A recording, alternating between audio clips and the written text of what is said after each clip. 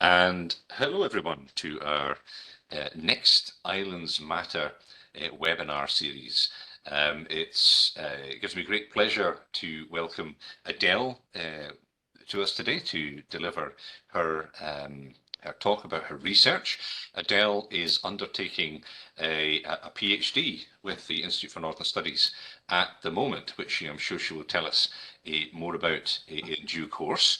But today she's going to talk about that and also other research that she's been involved in, looking at Scottish Islands as sustainable development transition zones, which is a rather fascinating title, and I'm looking forward to hearing more about what it means and what it means to the Scottish Islands. Welcome, Adele. There may be other people joining as time goes on, but they'll sure catch up with what you have to say. It's great to see you, and it looks as if your IT is working well. See the guitars on the wall, and I don't know what the weather's like in Orkney, but if it's anything like Shetland, you're better off inside. That's correct. Thank you for the introduction, Andrew. Yes, the storms are well and truly back this week. It's been a little bit quiet without them, I must say. Ferries, we're getting the notifications of ferry cancellations live as we go. So do watch the transport in your local area. Thank you for the introduction there, Andrew, and hopefully the IT behaves itself. So Andrew asked me on, not just as you mentioned, to talk about my current PhD research, which is looking into the impact of the National Islands Plan. But I've had the pleasure of working in the kind of sustainable development field on Orkney for the last 10 years or so. So I'm going to kind of talk you through, I guess, my experience and what's been learned over the last 10 years, or what hasn't been learned, what's changed or what hasn't changed. So this has actually been a really nice trip, really nice journey to be on.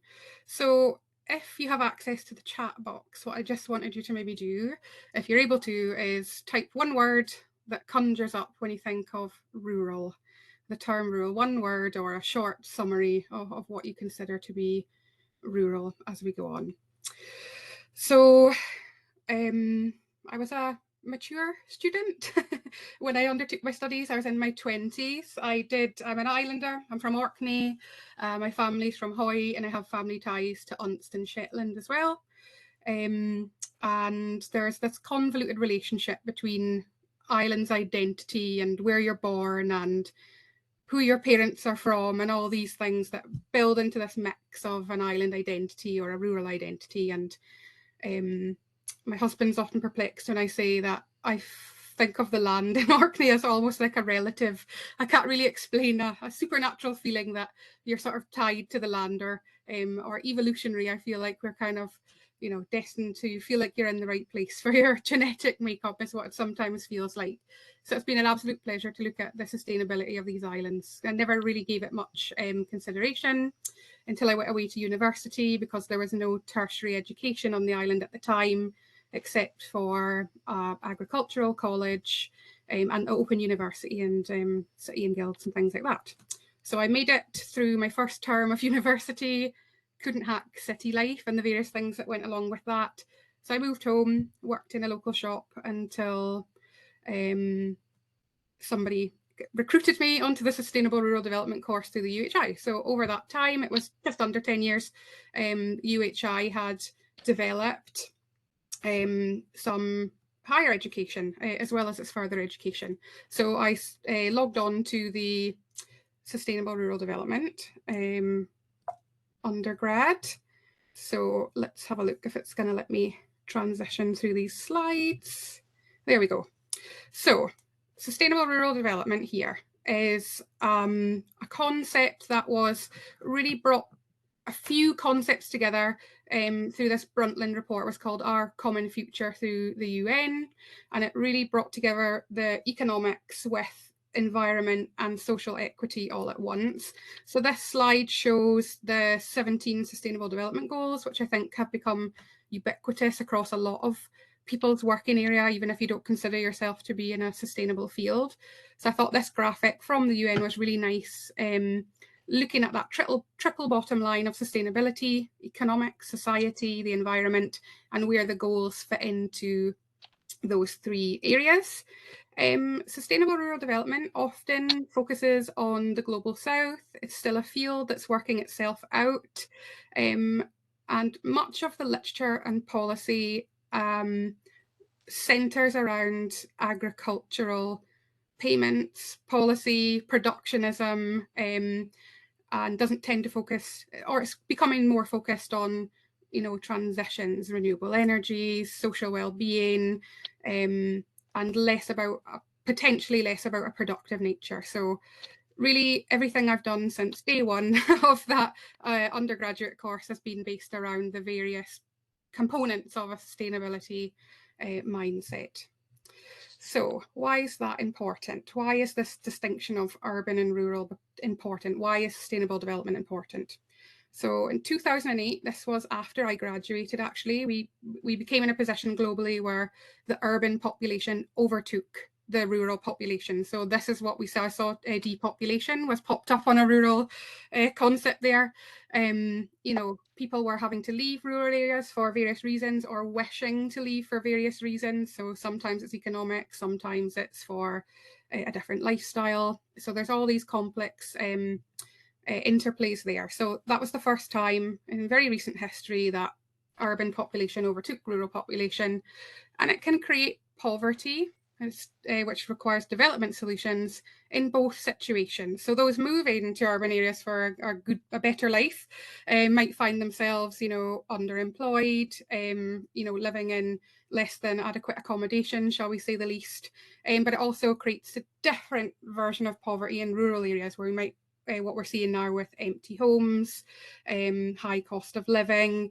We don't have densities of population, so it's difficult to attract even basic services like transport, food, ICIT, and especially then when you add other things like the weather that we mentioned, it becomes even more fragile. So it can create the same issues. We have these flows of populations, but very different outcomes based on where you live. So it also has an impact, whether you live in an urban or a rural area, or whether your country is comprised of populations that live more in urban or rural areas. It has an impact on your ability to generate income, your GDP, but also, as we've just mentioned, the kind of social factors.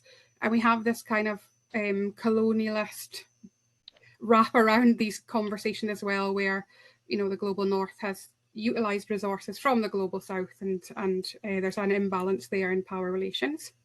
So in Scotland, there you can see the countries here. I thought this is quite a nice graphic of, this is GDP versus location and rurality, basically. So the percentage of people that live in rural areas tends to correlate with a lower GDP than otherwise.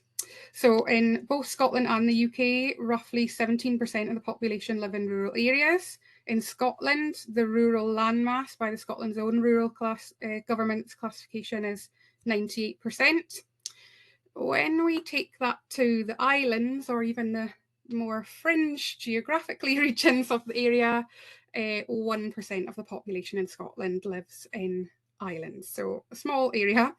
It's worth noting here that not all islands can be classified as rural, but if we check this map here from the government's urban rural classification, in Scotland, all islands are rural. Please correct me if I have that incorrect. So just to give you this idea of, where globally where it stands, and also as we move towards the local areas, how that classification is.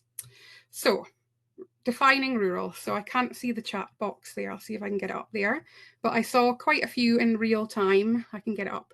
Different ideals of rural. So we have countryside there. I can see it. Depopulation, peace, nice, peaceful, lifestyle. Sheep, I know. We had it in one of Andrew's sessions this week. There was a misunderstanding, a glamorous sheep, if you could replace a character in a film, and I thought that takes on its own meaning in the island setting, which I'm allowed to say because I'm from the islands.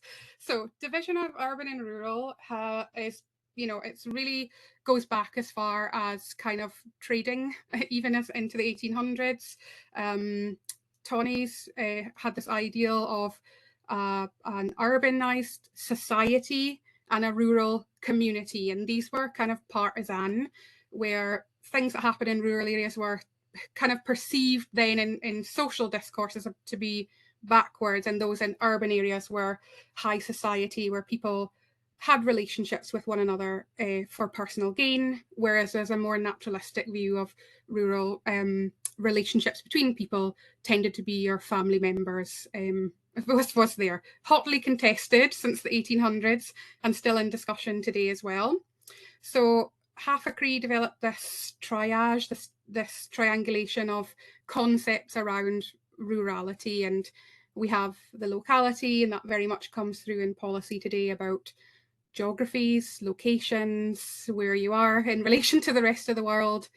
And then you have this juxtaposed with the lives of the rural, how we feel as islanders, industry, culture, heritage, and all these types of discourses around social representation. But then we have these presentations of rural, which is things like your policy making, governance around rural areas as applied to by politicians. But then you also have media discourses, how are rural areas portrayed in media, in literature, and just general discourses as we converse with one another. So I think that quite neatly sums up the different kind of things that we're looking at when we're looking at rural space. How can we even define what rurality is? And it's going to mean different things to different people. So if we take, speaking from Scotland's point of view, we take the islandness as a further subsection of rurality, given that at least the majority, if not all, islands are rural. And on the left-hand side here, there was a presentation given high up in the UN on the plight of islands. So the EU has developed a trajectory for the development of islands and islanded communities that are cut off from what they consider to be modern technologies, transport, those kinds of things. So they're becoming strategically, economically, environmentally, and developmentally important. And then they're arguably our social stories now and how we organize ourselves have been kind of accelerated through the discourses. And there's this conversation about, does having a highly developed society that kind of misses out on the economic and social side of life, is that lifestyle truly better or higher up on the scale of development than, some rural areas or some areas in the world, and islands in particular, who have kind of these high reported senses of happiness and well-being and natural landscapes around them. So Baldacchino here really has a huge body of literature looking at all areas of islandness, and I particularly like how he writes about the social aspects and giving a voice to island researchers researching their own island. So instead of having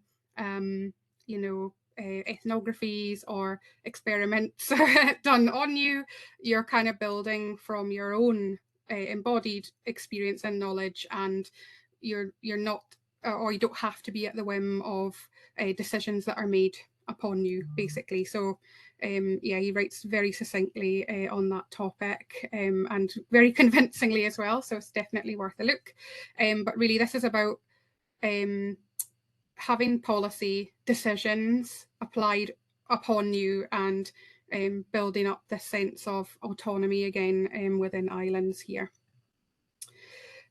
So yeah, just some more succinct quotes here about how islands tend to have become this view of paradise. So we had that in the comments: peace, countryside.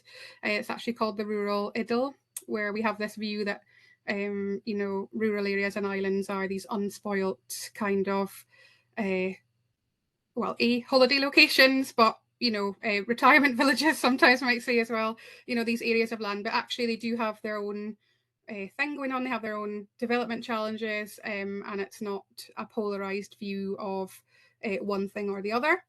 And here Massey really is writing about how they're complex. It's not a closed thing. So even though there's a border within the sea, that really there's always change, always disruption, and always these kind of influencing factors that change the three defining rules: localities, representations, and these social lives of people in rural areas.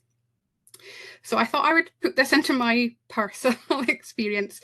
So I was reading a chap called Alwyn who writes about islands from an islander's perspective as well. He's an island, and he was doing some ethnography on the US Virgin Isles, and he came across a young chap who was 9 years of age, who'd never left the island that he was on. And he said, "What island are you from?" And Olwen was quite taken aback. He was quite pleased that he wasn't seen as an outsider. But so that was what we would call in Orkney the "Whar you fae?" So I feel like when you're on the mainland, the first question people ask after your name is, "What do you do? What's your job? What's your profession? How do you contribute to the economy?" On the islands, it tends to be, "Where are you from? Are you from the islands? Are you not from the islands?" And also within the islands, which islands are you from? So we have archipelagos in that mixture of islands. And my personal favourite, so it was a 4-year-old child, not 9, in Orkney, who asked not where I was from, "Whar she fae? Who am I from? Who are my parents? What's my lineage? How far back does the bloodline go?" And I feel like this sort of plays into a stereotype of islanders. And I came across this as Alwyn's concept here, of insularity. So I did not know this before I was researching for this presentation specifically. The term insular refers to living on an island or characteristics resulting from insularity, being in isolation, being from an island, and it has this connotation of a narrow, a prejudiced kind of viewpoint, that you're not cultured. So it comes back to Tawny's there of, you're slightly backwards or something, you're not cultured, you're not seen enough of the world. And I think this really chimed with me when I read on further in the paper that actually Allwig states that islanders tend to travel widely, and they travel with such impunity without losing that sense of identity. And that's what I said right at the beginning, that you feel tied to the land somehow, in some way, by some, it's very difficult to describe in words, but that the island was your anchor point. So it doesn't really matter where you go in the world. And I think we see this, there's been mass exoduses of population, this decline to the point today, caused by various economic shocks. And my family was displaced by the First World War. So I have a few generations that skipped as well. So there's always this kind of coming and going, but also that, you were able to travel widely by sea.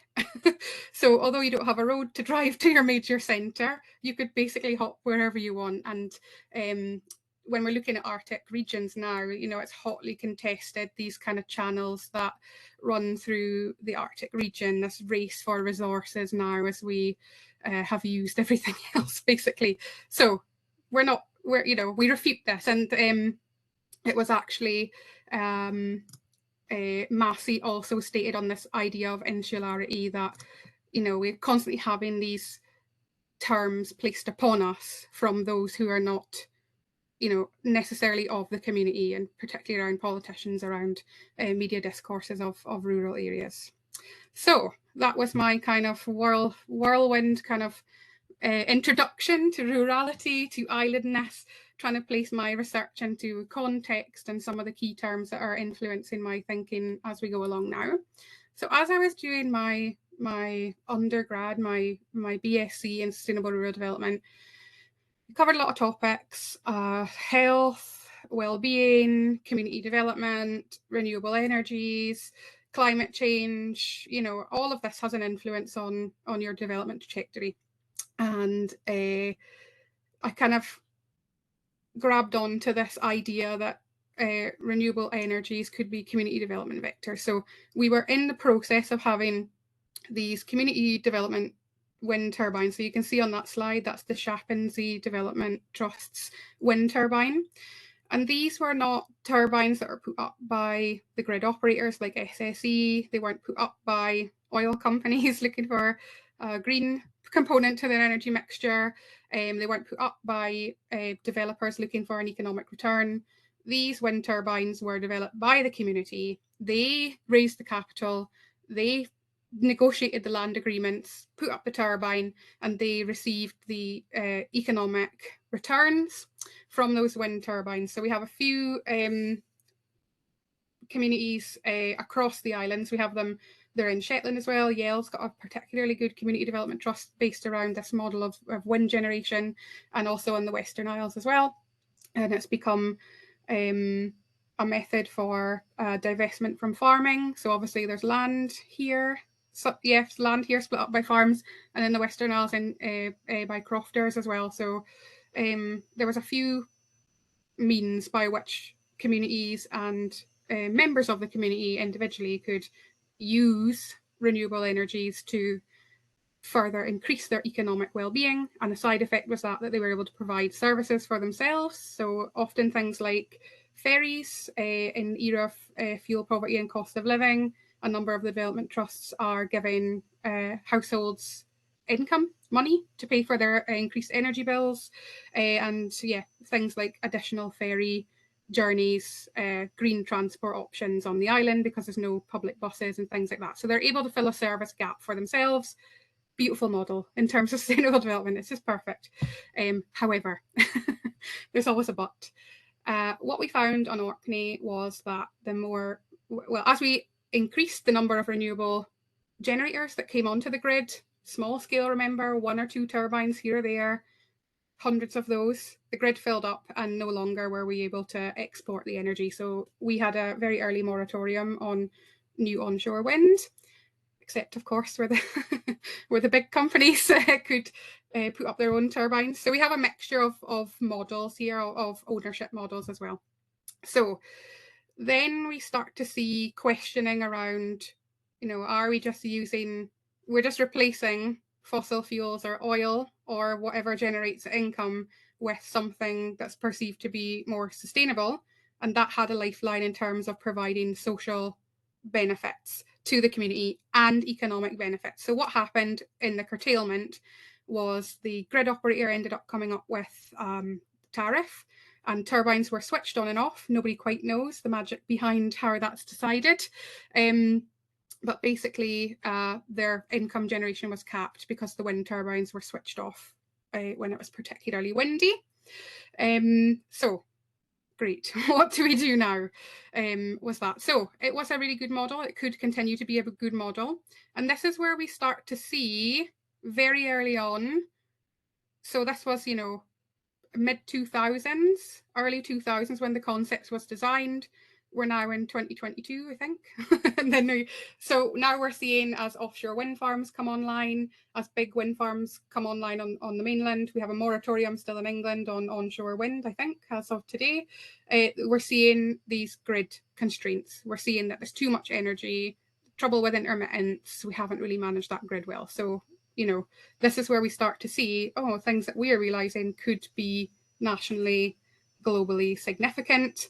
And, we've had a lot of chat in the last couple of weeks around grid connections between islands. So we have grid connections, Orkney, Shetland up to the Faroes. And you can contest for this, Andrew. 2 of those cables were unusually severed and you were without communications. Everything was off for, an extended period of time. Some people almost 24 hours, not just the power, phones, internet, television. So suddenly you were isolated from all the modern technologies, etc. So we start to see these interplays, these kind of huge geopolitically significant connections that we are testing really in real time in the islands, or that's how we like to convey the story there.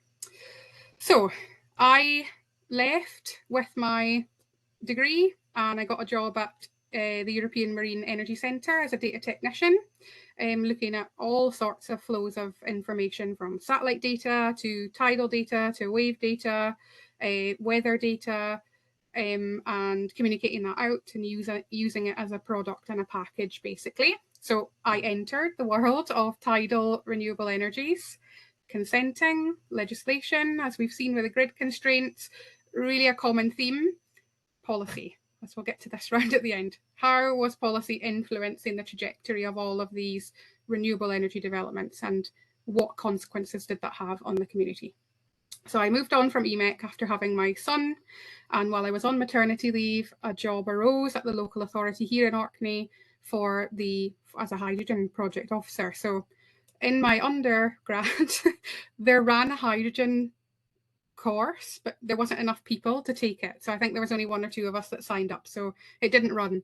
But here I was, ready to take on this role. So I took on this role as the hydrogen project officer. And we can see on this timeline here, projects like the Surf and Turf project and the Big Hip project. So the ethos behind those projects, so this is the butt from the community development wind turbines. They couldn't generate electricity. So what could we do to alleviate that constraint that didn't necessarily involve altering grid legislation? And the idea that it wasn't me at the time, whoever conceived the projects, it was conceived from within the community, that they could use that curtailed period of energy to generate hydrogen, green hydrogen, electrolyzed from the wind turbine at that period of time where it would be switched off. The community development trusts would be able to get their feed-in tariff payment or their payment, and then you would have this green hydrogen product at the end of it. And those projects built up a generation of hydrogen, and also the distribution of hydrogen and the use of hydrogen at the end point. So it can be used for heat by burning, or put back through an electrolyzer to generate electricity. You can also put it into vehicles. It's particularly suited to heavy vehicles, which are difficult to make electric. And you can use the hydrogen as a fuel. So I had a few great years of zipping around Orkney on a hydrogen van. Shetland has got pure energy there. Way before these projects came in as well, they were looking at hydrogen products, electrolysis, and then we starting to see larger scale projects, curtailed wind farms on the mainland now looking to utilise hydrogen electrolyzers, albeit on a larger scale, and lots of local authorities throughout the UK looking at hydrogen, particularly around vehicles. It became cost comparative pretty quickly to use hydrogen for the vehicles. And with local authorities, because they tend to have land, lots of requirements for vehicles, a great need for electricity, the local authorities became a great driver in those projects to utilise and de-risk the use of this kind of new fuel and really help drive that technology along. So, larger than cars, you can also use hydrogen across the spectrum of things on ferries. So in the islands, the ferries really are like our buses. They run with a variety of frequency. And if anybody's kind of following national media at the moment, they're just hugely important. And when they're disruptive, it just causes no end of not just hassle, but everything that we have on the island either comes through a cable, or it comes through ferry transport, or it comes on a plane, basically. My brother worked at one of the airports in Shetland. There had been no ferries for a fortnight, so the Tesco delivery had to come on on a military plane and land in Shetland, so that people had, bread, milk, pasta, these basic survival things. So it's serious that when these are disrupted. And where we are at the moment, Shetland has a lovely ferry service. We're all very jealous in Orkney of Shetland's beautiful ferries that run with exquisite frequency. In Orkney, the ferries, I'm not sure that Shetlanders would agree with that. So there's the same tone that goes through all of this, that the ferries are 30 years old in Orkney. It was very difficult, again, from the legislation to how we use hydrogen on these ferries. So it came up to this, somebody at a desk said, well, we're going to have to prove this is safe. So a lot of the work around the ferries project was demonstrating that we could safely carry hydrogen on these vessels, basically. And then this kind of morphed into, well, could we be a bit smarter with the electricity grid? What about peer-to-peer sharing? So you can see here, this is 2019 Reflex project. Reflex has brought hundreds of electric vehicles to Orkney by offering a lease scheme, allowing people to see the vehicles. OREF, I sat on the board of the Orkney Renewables Energy Forum, did a lot of work around developing how many electric chargers were and just basically making it as normal as possible and as easy as possible to get and use an electric vehicle. So we have hundreds, over, I can't remember the figure, 200 electric vehicles plus in a multitude of chargers. And then you've got a battery that sits outside a person's home. You're connecting in lots of different energy sources and managing who uses that. What we've seen in Orkney is that there's a hesitancy for the grid operators to put in new meters, electricity meters in people's homes. So we have had this resistance again to, well, you're not allowed to manage our assets in a smart way. This is what we manage our own assets here, the grid operator. So we actually have had empty homes ready for people to move in. I will come to that later, without they're not able to get a connection to the electricity grid. So we just come up against these barriers as we're trying to develop solutions. We're putting the effort in, we're putting the work in, and then there's a line of text in a document somewhere. And sometimes you get policy. So we had government subsidies for electric vehicles. The Scottish Government offered interest-free loans. So we get this influx of people willing to uptake that, and then often underneath there's this circumstance that doesn't allow some of those policies to be fully realised as well. Planes just has to get bigger and bolder. So we're going to have a mixture, drones. We've had hydrogen drones around. And then latterly in my role as the Hydrogen Development Officer, I wrote the Orkney Hydrogen Strategy, which is available online there. And then we've seen these large offshore wind farms looking to access they have access seabed leases. So we've had this kind of reform of the Crown Estate as well. So it was passed along to the Scottish Government to manage, and we'll see in the next few slides about Ireland's Our Future and how really some of the requests from islanders themselves have helped shape laws, shape this policy landscape as things change, as things move on. So this is the renewable, sustainable transition zone. All of these trials that we've done with these ferries, vehicles generating hydrogen, how do we move it around? All of these things have transpired to be issues as well that have come to pass elsewhere too. So just to give you the plethora there of funding, we had community development trusts on board with the projects, all these types of assets here that we have on the islands, trucks, electrolyzers, electrical switching equipment, ferries, all these exciting pieces of equipment, and funded across the board from Scottish Government, UK Government and the European Union as well. But not only that, we really fostered a brilliant community of projects, some research projects, some just kind of groups interested in the same thing.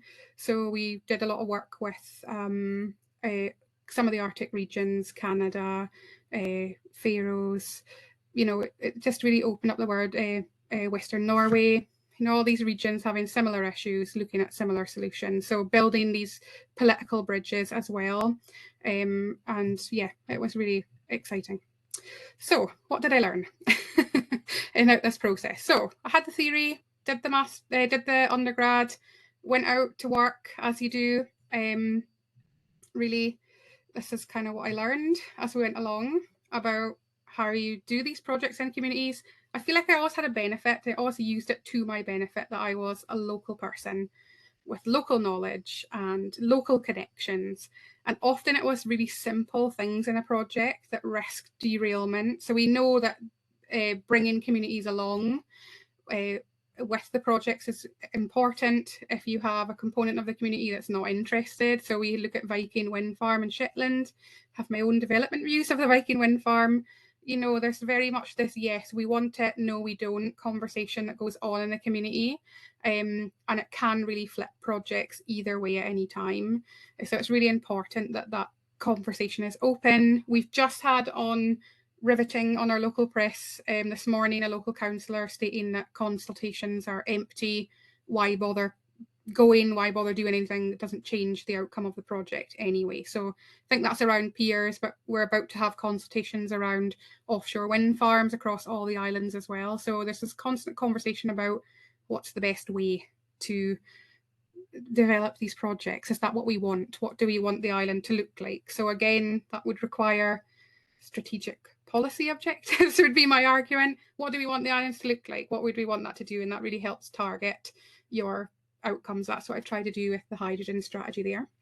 But what we're doing at first, for me, it was locally relevant, and then it was also globally relevant. So there you can see the royals. It was much excitement. I wasn't allowed anywhere near them, of course, coming to visit the technology in Orkney. And, you know, we just had visitors from absolutely everywhere come to see what we were doing, ask questions, how do you get this going? Really sharing our knowledge. Maintaining that link to the wider sustainability aims. So we had that environmental proportion of our sustainable development goals or aims. Communicating the benefits is constantly holding meetings, webinars, you know, just communicating what we're doing in the local press. People stop you in the supermarket. This happens in islands as well. And, you know, I had this little diagram here on the right, how we communicate. So different people have different understandings. They have their own set of beliefs as well. And when people's belief systems are challenged, and it's difficult, this is our view, it's our perception of the world, it's our perception, our ideal that we've created of this area that we live in, or like all these chat things in the chat box about what we think about rural areas. So, you know, are these projects going to significantly change the things we like to stay the same? So there's this constant back and forth and negotiation about what's to be preserved and what's to be, you know, developed, move forward there. So yeah, very much live, learning as you go along, and really just an open conversation and being open to everybody's concerns, because they are valid. It is valid. That's their viewpoint. You can't say that that's, you know, not a valid viewpoint, but you can argue. But, you know, it's just this constant to-ing and fro-ing, basically. So are the islands transition zones? Do we want to be transition zones? This comes back to Baldacchino. Are we doing it for the greater good? Are we doing it for our own good? Where's the line in between those things? And how replicable is it? So in policy analysis and policy research, because of the nature of complex things, and I think this is particularly pertinent, which we'll come on to in a moment with the National Islands Plan, does something we do here, can we pick it up and put it somewhere else? Can what somebody else is doing apply to what we are doing, you know, in terms of development and in terms of, you know, the policy development and policy outcomes as well. So here, what we learned, data, but it has its limits, data. Also, what you do with the data, how you collect it, when you collect it, but also it only tells you one thing. It's very difficult to capture people's opinions, and because they change over time as well. So that was it. It's been estimated that roughly 50% of the benefits of renewable energies as rural development mechanisms, about 50% of the opportunities economically come from supply chain. So that's the jobs for building, fixing, repairing, you know, rather than the actual output. But that increases in terms of the ownership model that you have behind it. So what's appropriate there? And also it's short to medium term employment. I think it's fascinating for me to look at the Sullomvo oil terminal in Shetland. It really is interesting. So this is going to be a huge part of my PhD thesis about the negotiation that happened around Sullom arriving in Shetland, but also how the jobs every decade or so sneak down as things become unoperational. And then what are we going to do to replace those jobs to keep you know, healthy employment in the islands as well? So short to medium term employment is always the thing I think that gets horsed out as the benefit. Jobs. But you're like, well, what jobs for how long and what doing what? And those things are never really quite nuanced out in the discourses around it. The renewables story in Orkney, and I think, in Shetland and in the Western Isles. So we each have got larger development projects, particularly around offshore wind and hydrogen development now, but it's coming into big multinationals becoming project partners. It kept the islands politically relevant. And it opened up this conversation, not just around renewables, but also other political matters, other social matters, this matter of the environment as well. So remember, 1% of Scotland's population lives in the islands, and we had attracted, royals, EU politicians, Scottish minister after Scottish minister, Prime Minister, I daren't say his name out loud in case he appears behind me. But, we had all these, big wigs, decision makers constantly across the time and still now coming to see what's happening across the spectrum of islands. So punch well above our weight in terms of if it was based just on density of population. So there's an element of pride there for me as an islander, I think, in there. So that sounds great. There's always a but. What's the negative aspect? So despite all this great work around renewables, these kind of big policies being made, as we'll see in a moment as well, we have always consistently had higher rates of fuel poverty than anywhere else in the UK. And I argue now, as we go through this cost of living crisis, an extremely serious issue of cost of fuel. We've had this on the islands for decades. We've paid way above market rates for energy. We haven't had access to a full market. So that's what we see, what I call rural market failure, where, well, you get this choice and that's what you have to pay. So it was very frustrating when you get these discourses from politicians and energy companies. Oh, consumers are not willing to pay, but we've been paying. So it just kind of made you feel doubly kind of hard done by. We've got these energy grid constraints, still a moratorium on new connections, constantly moving policy aims. Now we've added Brexit in, COVID in, coastal communities, sea level rises from climate change. We have drought. We've had drought 2 years in a row during the growing season in Orkney. We have patchy provision of services. We have issues around land use. So I think, we have in Scotland particularly, we see these big farms, few people owning a huge mass of the land, which is a risk as well for communities. How much of a say do they have as what development goes on in their areas, and how many, where's the governance structures around the use of that land. Housing problems, so we've got everything from poor housing, terrible, great, exciting weather. We've had this issue of empty houses from people, moving into care homes and things, or old crofts that weren't allowed to be redeveloped because of the planning laws. But also now we've got houses that are ready to move into with no connection to electricity grid, so they can't get building warrants. And all of this kind of is, neatly kind of shrouded in this governance and policy, and how are these decisions being made and who's making them, and this top-down policy governments, and then this bottom up from the communities themselves saying these policies never work for us. So there's this conversation going here. These are just the fuel poverty rates. So you can see the Scottish one there, and then the difference from the islands, more than double. And they changed the definition, which made it seem less, except from the extreme fuel poverty as well. So we have all these issues going. These transformational zones, also known as, just a bit of the kind of literature around it, as vertical slices. This is borrowed from the educational pedagogy, looking at educational systems. So there's lots of these transformations that go on there, but it's having a slice that's manageable, but that can represent key aspects of a big system. And hopefully I feel that I've convinced you that the islands maybe do have that, and we kind of sell ourselves as that as well.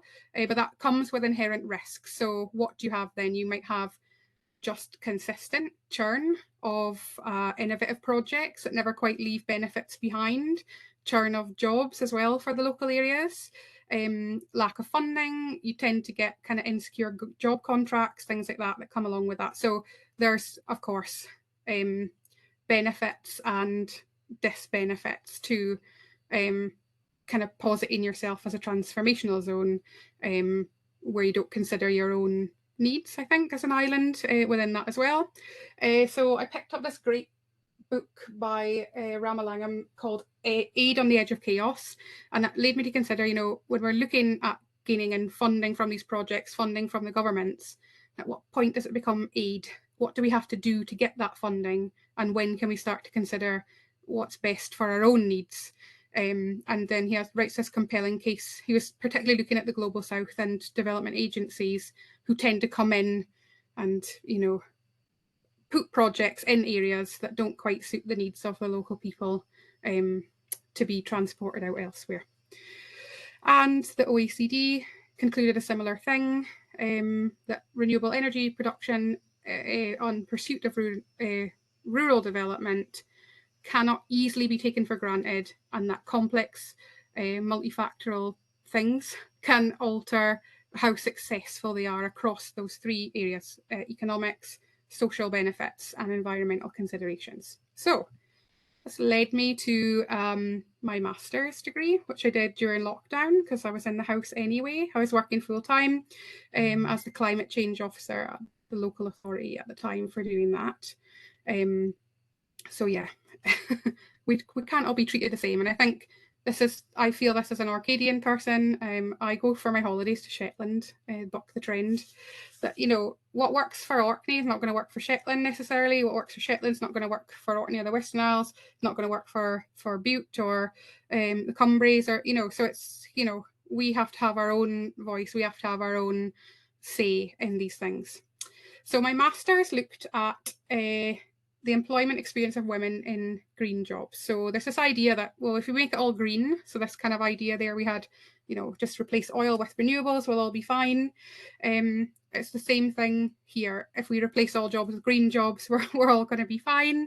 But it mitigated this social aspect. So you had the economics, you had the environment, but did we have the social benefits for that? So this was local authority benchmarking here that's highlighted the gender pay gap. So on the very left-hand side, you have the Western Isles, and then you have the Orkney Islands close second there, not the top of the league that you want to be in. Shetland fares much better. It's about halfway through on the left. So more comparable, but still not ideal. This is where everybody flocks to Aberdeen to get their wages increased as a woman working in green jobs. So I interviewed women in Orkney and the Western Isles who self-identified as having a green job. And really, the challenges to their employment were workload. They had a lot of project work. They had a lot of this government funding. They had insecure employment contracts, which was, you know, it creates additional stress and burden when you've got to think about how secure your employment is, as well as all the things you have to do in green jobs, which tend to be challenging because they're forging new pathways that we haven't really done before. They're tackling new problems that we haven't really done before. Not everybody had caring responsibilities, but everybody mentioned caring responsibilities when I spoke to them, either a family member or a colleague at work who, you know, they thought, well, how can you possibly do this? And really the caring infrastructure for children, but not only that, but, you know, for adults as well, or vulnerable young people. You know, there's no wraparound childcare. It's not in the Orkney and Western Isles. Some areas in Shetland, but not all of them. And the further you get away from the towns, the worse that story becomes. So you've got the school day, which is 9 till 3 or 9:30 till 3:30. There's nothing in between that, and there's nothing in the holidays as well. So it makes it very difficult for women to, because they do carry the burden still of care work. And I think this plays into this kind of cultural norm as well in the islands, which still persists around women's work and jobs that men do, labour type things. So there are some policies looking at the integration or the recognition of what women do working in agriculture, and we are starting to see a shift as we move through the green jobs, but it has to be managed, because it's not just because you have a green job, it doesn't mean that you're not going to be discriminated against on various other things as well. But on the plus side, they felt that there were some good incentives to 2 green jobs. So while the funding was insecure, it did at least exist, and that meant that the job could exist. They felt that their workplaces were progressive and supportive. A lot of them had access to flexible working that was improved with the lockdown, and there was lots of discussion about how they were able to work online where previously they were told that they couldn't. I had one interviewee as well who basically got told that she wouldn't have got the job had it not been in lockdown, that she would have to have been based in the centralisation. So there are opportunities there to decentralise good jobs as well. But I think it really just shone a bit of a light in that one slice of that you can't just rely on a green transition to solve all of your problems, basically was the kind of the summary of that. So there's a bit of self-plugging. This, by the way, it just was a very strange aspect of the roles I had at the local authority. But, you know, it was on BBC Futures, BBC News, Sky News. We made it onto Costing the Earth with Tom Heap, podcast after podcast. You know, it was just everybody came to you. They wanted to know what you were doing. And there was this huge spotlight on the islands. And I was often joined, particularly by my hydrogen colleagues in Shetland as well. And then latterly, the Western Isles, as they are developing their hydrogen hub, joined in on that conversation too. So island stories are becoming important, are they? Was kind of looking into that. And this, again, harks back to Baldacchino. But then Woods, Michael Woods in his book Rural, it's a great book if you're interested in the topic even more. You know, rural is not a unified, discrete place. It's always contested. It's always shifting. Nevertheless, when I asked you to, you know, state what your thoughts were on rural, that you were able to conjure up this kind of view for yourself there. So it's a powerful concept. We know what we think when we look at the term rural. We think of the term islands as well. So even if we can't quite pin it down what it is, it still persists, and it still has consequences as a result of that. So ta-da, here we come through this academic and enlightening experience for me. Policy ran all the way through, particularly with renewables. It could stop projects, it could start projects, it could grant jobs, it could remove jobs. You know, it just really has a transformational experience as a person. And it's one of those things that you don't really tend to be bothered with unless it affects you directly or you're kind of directly aware of it. It sort of sneaks around in the background, altering the conditions of things. You know, it's like, you know, when the curtain gets pulled back at the Wizard of Oz, you know, that's the kind of impact, isn't it? Where, you know, it kind of takes on this life of its own, but there's a switch room in the background that operates it. So my PhD now is looking at the Scottish National Islands Plan. How does it translate into actions and benefits for the community? How are the relationships changing? So we get these culture bubbles that exist around political structures, and it's changes with the wind, changes with the changing ministers as well. There's always this churn of personnel. Does that, you know, look, how is it going to support community engagement, empowerment? Does the community wish to be empowered? Does it feel it's empowered on its own? And also, is there any change of ownership of assets, things like that? So really just looking at the impact of the National Islands Plan really on the islands. So there was this huge campaign. So yeah, it was really fascinating to go back, and particularly around Sulam. So regardless of your views on oil and gas, there was this pivotal moment really where an island negotiated some terms with the centre of power and generated, so we had the Shetland County Council Act, and it created the policy landscape, and it changed law eventually through this. It recognised that it wanted better benefits than it was being offered at the time. I'm not sure whether Shetland was approached or whether it approached the industry, the oil industry, to have Sulam Voe. And times were different, obviously, in the 70s. But, you know, it's had a fundamental impact on the coffers of Shetland, on the economic viability of Shetland. And I think we always sort of look north, you know, how have they got all that money? But they, you know, they've paid their own price for having Sulam as well. environmentally and socially would be my argument for that. But nevertheless, policy-wise, it was a pivotal moment where Shetland said, actually, we're going to negotiate this for ourselves. And it's been reported that Shetland did a better job of negotiating with the oil industry than either the Scottish or the UK government did. So basically was able to generate income from the utilisation of the land and negotiate a rate as according to production. And so this is where we come back to the supply chain benefits as well. So it didn't just get the jobs, it got other additional benefits. But it comes with a cost as well. So what we see now, and this is the same for Orkney, so Orkney saved really hard and it has got a very healthy reserve. But there's this argument here where the governments are now saying, well, why can't you guys just spend all that money that you've got? Well, you don't need that money for us for services. But Shetland quite rightly argues that, well, that's for the price that we've paid for hosting, the oil infrastructure. And in Orkney, where you've saved the money, what you've actually had is an opportunity cost. So we as Orcadians have not received the benefit of that saving. And if we're being asked to spend it on today's services, you're losing out twice. You're losing out 2 times in a row. So we didn't have the services then. And now are we not getting the services now? So even though you've done the pertinent thing and you've built yourself a nest egg, there's almost this kind of punishment. Thank you, Margaret, for popping along. Nearly finished. So the islands, Orkney, Shetland and the Western Isles clubbed together for the first time in history. This is the thing that was lost on me. Like, really? Did this, as an island person living on your island, it's almost unheard of.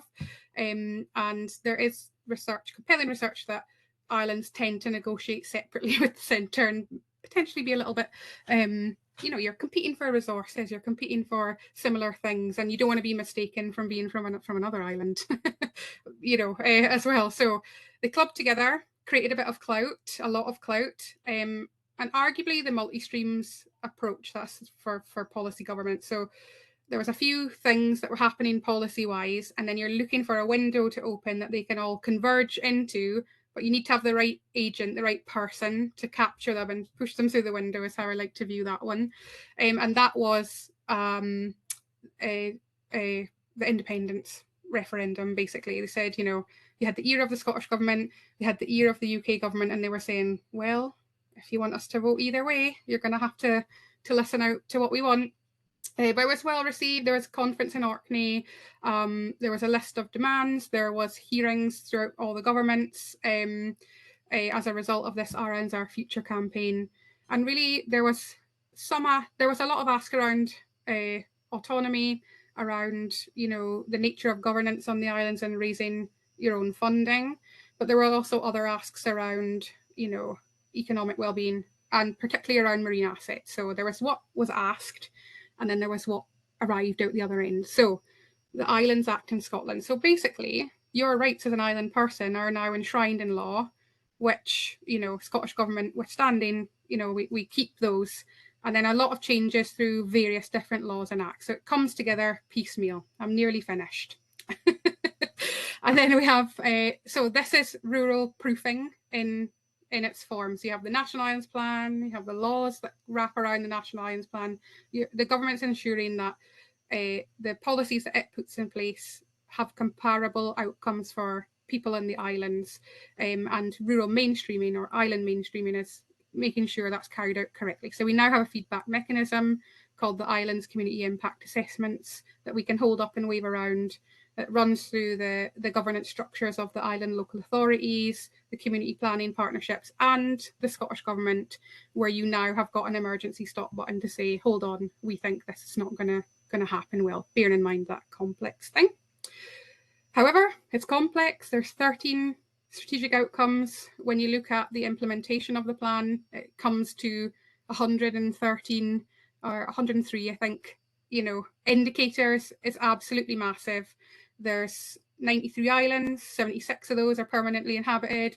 If we go along with a tome that you can't apply each thing to each island, you have to apply them separately, suddenly it becomes almost exponential in size. So how am I gonna wrestle it down into a manageable context? Skip this one. And I'm going to use process evaluation here because we haven't had long enough, really. We've had Brexit, we've had COVID, and we've had the impact of, the Ukrainian war, the Ukrainian-Russian conflict as well.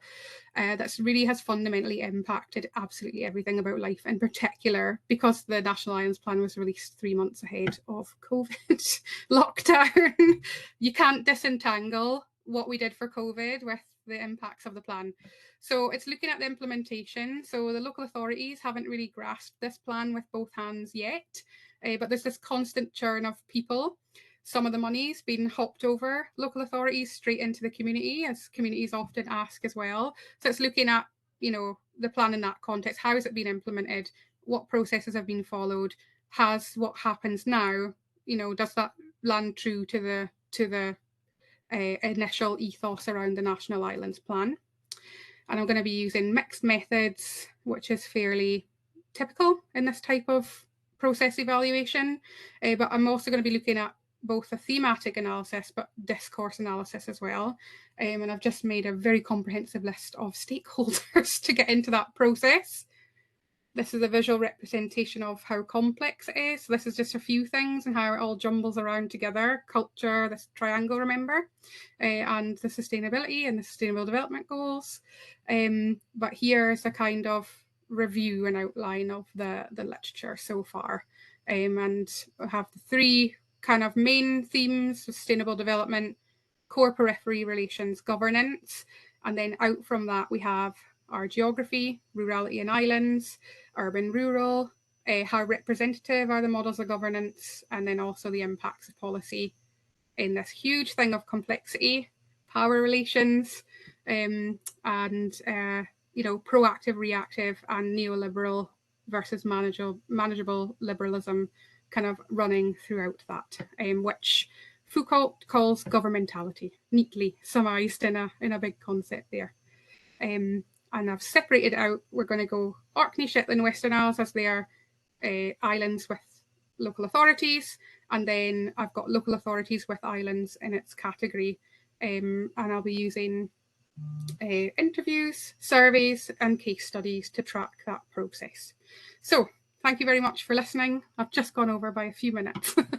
That's not bad for me, but thank you very much, and you can contact me on the email address there. And I'll hand back to you, Andrew. Thank you very much indeed, Adele. Oh, wow, that was, extremely interesting, and lots of different themes coming in because of your experience in a number of fields. You've sort of been central to development in Orkney in a most profound way. So your perspectives are extremely valuable. So I mean, those will come to the fore in the PhD that you're doing, but more generally, you have an extraordinary overview, of things.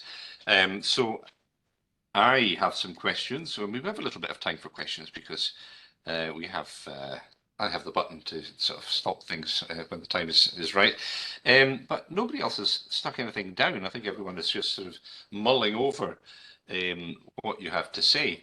I think just one thing, and you brought it up yourself about rurality, and I just, I want to, I put a little sort of comment there in the chat, and this is from the, where is it now?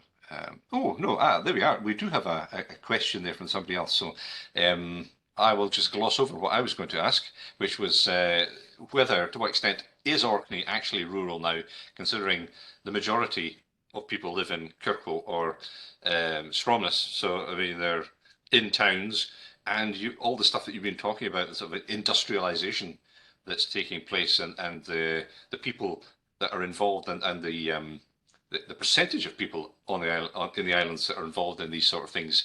Is it a positive or negative thing to be classified as rural? So that's my question. Yeah, that's grand. No, it always does depend. It's always contextual, and I think that's the positive of complexity. But we can always unpick bits in there. So I think there are positive aspects. Employment as well, that extends into the social sphere and also the environmental sphere, and not just for economic well-being. doing my literature review, I came across a UN's kind of development trajectory for peasants, basically, and they were using this term. I feel like it was the name of the directive, you know, to support rural people living off their own land. And I suppose that's what we would call crofting or smallholding, you know, or a lot of the farms now that have not been taken over by large landscapes. But it was still jarring, I think, to see the term written there in bold, you know, and this huge thing. I thought, God, you can't say that, surely. But then I suddenly realized that actually, you know, that word has been flipped around and used as, you know, this term of almost like an abusive term, as this kind of backwards. That's what we would associate, you know, peasants. And this comes back to Tawny's kind of initial kind of view of societies, whether they're based on urban and rural. So I think with an outward gaze and maybe sort of internalize, as we discuss some of these kind of issues now more widely as well, that being rural is something negative or backward, that kind of term of insularity, or when we consider these terms as peasants, etc. But I've always felt quite proud of that, and I'm not sure if that's shared among islanders, where, well, what would they know? What would those folk? And you know, that to me is not seem like it's never really seemed like a civilized life, you know, to kind of be or it's difficult. My experience from living in cities, you know, the anonymous being anonymous, and also, you know, how you kind of move around as an ant almost in this kind of, it was very, I didn't feel like that was, you know, an enlightened society from my own point of view. So I think, but it has very real consequences though. And I think even when you're chatting amongst your own family, you know, these flippant comments come out for folks who don't live on the islands about, you know, about the state of your culture and society, but also, you know, this kind of view of, well, what would you know? But it was always very interesting working on this cutting edge technology and research. But there was this little mindset, always this little bean in the back that was, you know, well, actually, we're not backwards, you know, have a look over here, look what we're doing. So, but you don't just want to go along with that narrative. So I think it's fully embodying that. And for me, it's definitely not a negative term, but you do raise really interesting points about whether it's classed as rural. We just had a recent change of councillors, and I live in Kirkwall, and a lot of the councillors in my ward, you know, they classified Kirkwall as urban. And we've had I worked in an office with a few different planners who've come from cities, and you know, they scoff at the thought of Orkney being or Kirkwall being an urbanised area. So I think in the context of the islands, the towns seem urbanised, but I don't think I would still class it as urban. And from my point of view, I don't see being rural. I feel like it's a strength. You know, you've got this different sort of insight, and certainly, you know, the research is really helping build those stories. And I think as we kind of unpack climate change and the drivers for change and all the conversations we're having around energy and oil, and you know, now we're shedding a lot more light on Indigenous conversations, and you know, valuing the experience of local people and their own norms and socials and you know, cultural heritage has become not just something for an external gaze, but something that's being valued in the decision-making process. Yeah, thank you very much. Yeah, well, it's just that I know lots of people in Shetland who are not rural. They're not involved in rural industries in any sort of way whatsoever. But it's a very interesting discussion. I'm sure we'll pick it up on many occasions. So there's one other question. It's a really good one. So we'll finish with this one, and we'd like to hear your comments. This is from Michael Smith. He says, "Islands in transition, key issue. Access to housing for young people. House prices in the Western Isles have increased in price by 30% in the last 12 months. How can our island survive if we can't provide housing options for our young people and the next generation? How do renewable businesses offering green jobs recruit to develop and expand when there are limited or simply no housing options for new staff recruited?" Well, this is a major problem in all the archipelagos, and I mean, it's not the direct focus of your PhD research, but it'd be interesting to hear what you have to say about that. Sure. Yeah, it's a huge issue. For one, I'm not going to stop there. Don't worry. But yeah, I think actually in my last role as climate change officer, I was speaking to the climate change officer in the Western Isles, and I didn't actually realise that So in Orkney, we have a really healthy, local, medium-sized enterprises that are around construction of housing. So all types of housing, social housing, private builds, and the kind of what we get care homes and things like that as well. So we have a homegrown industry, which it does exist in Shetland, but I think it's a bit smaller. And then in Western Isles, I didn't realise this until, like I said in the last row, that actually a lot of the house building was, done off island. People were contracted to come in and build the housing, and it has impacts as well for, when we're looking at improving quality of housing as well. So I think what's been done really well in Orkney is that the social housing in Orkney, so housing association and the council housing, it doesn't have the same social stigma as it might do in an urban area. It's an asset. We're delighted to have these things. So I think that's like a kind of interesting insight. I think having the building industry there provides jobs. It also provides, when we're looking at policy, the skills development aspect as well of apprenticeships across the board of different trades. So that further education side. But yeah, there's real issues. The cost. So social housing can bring down the cost. I think it's Jersey. So often we're looking at other islands to see what they've been doing. They've kind of got a scheme of residency where, depending on the type of residency you have, you can access different types of housing. However, the average house price in Jersey is 300k plus. I mean, it's even worse than what we have. So, so it's going to be a mixture of factors. But then, like I was saying with Orkney, yes, we've got the house building and we're very proud of the houses, and we've got this industry and we've got the skills development, which feeds into the college. But now we've got houses that are unable to be connected to the grid and therefore cannot be passed over to be used. What we're going to do about that. But, we did have an off-grid energy solution, part and parcel, ready and waiting, but it's just going to be, when do you take the risk and when do you take the jump? Because when you're responsible for that, you're fully responsible for that. But yeah, it's right. And also different types of housing. So we only have this very strict vernacular view of what's allowed to be built.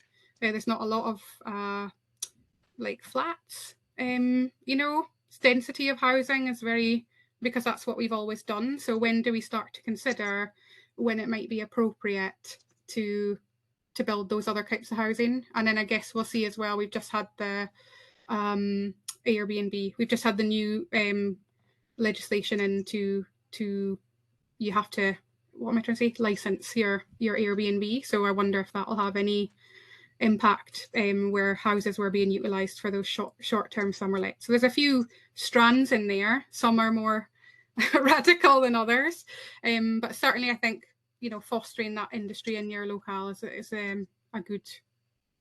Yeah, that's a very good idea. Yep, and then more modular houses, more container houses. Yeah. In by sea. That's it. Live in a camping hut would be good. Yeah. And just the last sort of, well, it's more a sort of comment than question, but Adele, it's from Sean O'Driscoll. Would Stornoway be categorised as rural? And he presumes that being jealous of Shetland's ferries relates to the Northlink consistency of sailing, even today is an exception, versus the smaller vessels. So that's from Sean. Yeah. So some of the other islands, in sunnier climes, they have passenger-only ferries. I think there's this hesitancy. There's always this risk that you're going to end up walking away with something less than what you have now. So I think there's this difficulty when you're trialing new technologies as well. Do you put on passenger ferries or no vehicles? I think certainly from here, that seems like you're going backwards. So that, within my lifetime, there was the ferries winched on livestock and vehicles, and then suddenly you got these rural passenger vehicles you could just drive on and drive off. So I think there's some of that ideology that's mixed up there with the provision of new services. But if you could have a combination, and other islands do consider this, they have less frequent vehicle ferries and more frequent passenger ferries. And Shetland as well, they have the road link through Yell as you go up get the ferry, go to Yale, get the ferry, go to Unst. You know, we've been really hesitant in Orkney to take that home. And it is interesting because I wonder how many people in Shetland would scoff at the fact that somebody might be jealous of the Northlink sailing to the mainland. So it is relative. It's all relative, isn't it? And you know, that's only my view, and I don't feel compromised by categorizing myself in rural. I feel that that's a huge part of my identity, and I'm not ashamed of that. So why would you want to be categorized as anything else? You're just going to fight for equal or better terms. Absolutely, and I think that's a great place to wrap things up for today. Thank you very much indeed, Adele. It's actually been very enriching and very. Sean saying Calmac is the answer.